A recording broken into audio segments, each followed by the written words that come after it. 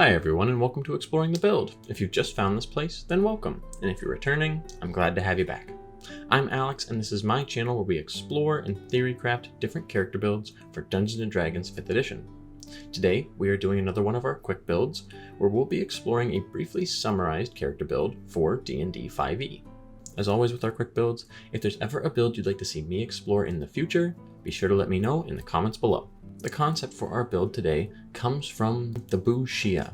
The Boucher? I don't know exactly how to pronounce it, so I'm sorry if I got it way wrong, but I hope I at least got it kinda close to correct. But either way, they requested that we make a build based off of a character from the Fourth Wing book series. This character is Xaden Riorson, and they are interesting because not only are they a dragon rider, since the Fourth Wing book series is a fantasy series about dragon riders, but Xaden also has a shadow control. So once again, we are doing a shadow build. The build specifically, though, is meant to look at if we can merge Drake Warden Ranger with some shadowy stuff in order to play as Xaden. Now, of course, I will be upfront and honest and say that I have never read the Fourth Wing series, nor did I even know it existed until this request, so that does mean that the build might not be entirely accurate. However, I did do some research into the character. Really, that means I just kind of went to the wiki and read about the character on the wiki, which might not be the most reliable source. But for our purposes, I think it can give us the bare bones to start from for recreating the character in Dungeons & Dragons. Let me share a little bit about what I did research. First of all, for those that don't know, the Fourth Wing series is a fantasy series about dragon riders, but it also is a little bit more adult in nature. So before anyone goes off running to get into a new fantasy book series about dragons, just make sure you know what you're getting into. Second, Xaden is the beefcake. He is the tall, handsome, mysterious love interest and male lead of the series, but we're not really going to be focusing on that aspect in character creation. Sorry if that disappoints, but we will be focusing, as the request suggests, on the powers that Xaden has, the shadow control, as well as his leadership abilities, since he is meant to be the leader of this Fourth Wing team. So with all that said, before we jump right into the build, let's look at what kind of powers we are going to be trying to recreate in Dungeons & Dragons. To start off with, Xaden has lesser magic. In this world, every dragon rider is capable of lesser magic, and that includes things like opening doors without touching them, preternatural speed, manipulating light, powering pens, stuff that can really be covered by prestidigitation, as well as maybe mage hand. So we can definitely try and pick those two things up. That shouldn't be too difficult. Imbuing is another power where a rider can leave their power in an object, it sounds like, and that might be a little trickier to try and pick up, but we'll see if we can make it happen. I also have things called signets. Signets, I believe, are the main power that a dragon rider has access to in this world. And Xaden has two, because he is special. One that he has is called intrinsic, I believe. And intrinsic is the ability to read other people's true intentions through their minds. Right off the hop, this sounds a lot like the telepathic feat, because whether or not Xaden can telepathically communicate might not be possible, but the ability to read someone's mind, or at least their true intentions, definitely sounds like the free casting of detect thoughts that telepathic gets us. The other signet he has access to is shadow summoning. This is our control of shadows. Xaden is able to summon and wield shadows. He's often able to conceal himself or solidify the shadows to choke or hold enemies in place. Now, it said wield shadows, and that kind of threw me for a second, because obviously I haven't read the book. I don't know each and every example of how he does wield shadows, but choking or holding them sounds kind of like the hold person spell, just reflavored, though if perhaps there are other ways Xaden manifests these shadows, maybe you would want something like the Shadow Blade spell to craft a weapon of shadow. So, let's jump into the build. Starting the build at character creation, we know we want either human variant or custom lineage. I'm going to go with human variant, so we do want a more spread out initial stat line rather than a specialized one. And of course, with the free feat we get from being a human variant, we're going to take telepathic in order to recreate that intrinsic skill. For our stats, we're going to probably want the following stat line. Keep in mind, this is meant to sort of optimize around the D&D world, so it might not be entirely accurate of what he is as a character. In terms of stats, we're going to go with 8 strength, putting no points into it, 9 points into dexterity with a +1 from human variant to get us 16 overall. We're going to put 7 points into constitution to give us 14. We're going to put 1 point into intelligence to get us 9, and then 5 points with another +1 from human variant into wisdom to get us 14 wisdom. And finally, our last 5 points, as well as our +1 from telepathic into charisma to get us 14 charisma. For our background, really anything can work, because honestly, I don't know Xaden's exact background. From the little bit of research I did, noble or folk hero might fit, since he is descended from another prolific dragon rider. But maybe something even like Knight of Solamnia for the Dragonlance background, because it gets you Squire of Solamnia and then later on the Knight of X feats, which I usually really like to pick up for leadership elements. Knight of the Crown and Knight of the Rose are really great for giving a commanding and a bolstering rally, which allows you to give temporary hit points to an ally, or you can command an ally to attack. I usually use these in a lot of my leadership type builds, but spoiler, I'm not going to specifically grab them in this build.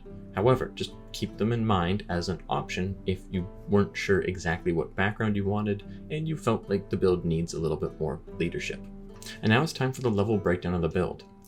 In all honesty, this is probably a really simple build. That's because if we want to be an actual dragon rider and have a built-in mechanic to make sure we have a dragon, not just like getting one from the DM because they said so, we're going to need to go up to Drake Warden Ranger 15. Drake Warden 15 allows our Drake that we get from being a Drake Warden to both have wings and a fly speed, and we can actually mount and ride it. If you don't care about that and you just want your Drake to be able to fly, we don't have to go as far into Ranger. But if this is something that you want and you want to use your dragon as a mount and actually be in the air while doing so, unfortunately, it is a 15 level investment, rules as written. So what does that leave us for our other 5 levels of the build? Well, personally, I would go with Warlock. Warlock gives us a lot of benefits. It gives us invocations like Armor of Shadows, which is a really neat way of being able to control shadows thematically that provides a nice defensive buff for us. We could also get something like Devil's Sight to suggest that we can see through darkness and shadows, which I think is probably appropriate for Xaden, though I might not exactly be correct on that. We can get spells like Shadow Blade and Hold Person by being a Warlock, which are both also really great for shadow control. Besides all that, what could we actually pick for our Warlock subclass to really push this home in terms of making Xaden? Well, we have a couple different good options. There's the Undead Warlock, the Celestial Warlock, the Fiend Warlock, and the Hexblade. First of all, Hexblade is probably the most mechanically advantageous because we get Hexblade's Curse, we get the spell Shield, which is just a nice spell and could be flavored to be shadowy in nature. We get Hex Warrior, which would allow us to focus Charisma instead of Dexterity, but that's all up to you. Fiend, on the other hand, gives us temporary HP on a kill thanks to Dark One's Blessing, and that again can be themed to be shadowy in nature and is still not too bad for a martial character, given that we're more of a ranger than a warlock. It's just a nice little defensive buff, and then we would also get the various things from Warlock that we want anyways. Celestial Warlock is probably the one that's best for recreating our leadership elements, since we get a little bit of free healing light. We won't actually get a lot of this, obviously, but it would be enough that it could provide a support role that makes us feel like a leader. We are bolstering and rallying our allies, whether that's our dragon specifically, or our fellow riders of the Fourth Wing team. Undead Warlock itself doesn't do too much, but if we were to go more levels into Warlock than just 5, then at level 6, we gain the ability to swap out our damage type of our regular attack for necrotic damage. And this could just make us feel like we're attacking with shadows on a regular, since necrotic is kind of the most shadowy damage type there is, besides maybe psychic. No matter how you spin it, there's no real wrong answer. Anything can be flavored to give us a more shadowy theme and also synergize with being a ranger. Warlock is pretty versatile like that. That also leads me to our feats. In terms of feats, we're going to get 4, maybe 5.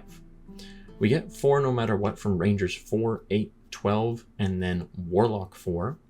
And we might get 5 if you actually go Ranger 16 and just stick with Warlock 4. But we might miss out on more powerful invocations like Eldritch Smite that could work pretty well with our build. For these 4 or 5 feats, all of them are pretty much just going to be dedicated to improving our stats. We want better charisma, better dexterity, better constitution. And so that's going to take up the bulk of them. We do, however, want at least one of them to be dedicated to the feat Inspiring Leader. This can for sure make us feel like the leader of the Fourth Wing team, since it is the leadership feat. It allows us to spend 10 minutes, give a speech, and bolster our allies' defenses by providing all of them with temporary hit points. By all of them, I mean up to 6 allies, but that usually is all of your allies. You can even probably get your dragon in this as well. Honestly, that's the build. There kind of is a lot, but at the same time, there kind of isn't, because we know exactly what we want. We want to be a dragon rider that also has power over shadows. Honestly, if we ignored the dragon entirely and we were just able to assume, or if we knew that we were going to get one through the narrative of the campaign because our DM is generous in that way, or that's what the campaign is about, we could actually invest a lot more heavily into controlling shadows and getting more flavorful features. It's obviously a very unreliable method in terms of theory crafting, and I would prefer to guarantee us having a dragon that we can for sure ride at any given point in time, since we're supposed to be a dragon rider. And that immediately does demand 15 levels into Drake Warden. Speaking of what we could focus on though, I will say that I did choose Warlock more out of necessity rather than theme. Something like Shadow Sorcerer would probably be more accurate because the powers are like innate to Xaden. It's not a pact that we made with some powerful patron. They ramp up pretty quick and can synergize somewhat well with Ranger. But besides Shadow Sorcerer, the one other major class I would honestly consider is Bard. Whisper's Bard would actually be great here. It gives us both the shadowy theme, given that Whisper's Bard is all about being shadowy in nature, but it also gives us Bardic Inspiration, Song of Rest, and other various abilities that feel like leadership abilities. But besides that, I do think that Bard is a pretty good contender. I just don't think it's the best contender given that we have to go so far into Drake Warden Ranger. Plus, we were able to pick up some leadership stuff with our build, but just maybe not as much as we would want. Other than that though, I think we hit at least the bare bones of what makes Xaden Riorson in D&D 5e. Obviously, there may be some things that I missed, overlooked, or just straight up don't know about. At the very least though, I hope this is a good starting point for recreating the character, but let me know what you thought of the build or what you would add or change to get closer to the idea of the character, or how you would create a dragon rider with unique powers like Xaden. Thank you so much for coming on the journey with me, and I hope to see you in the next one.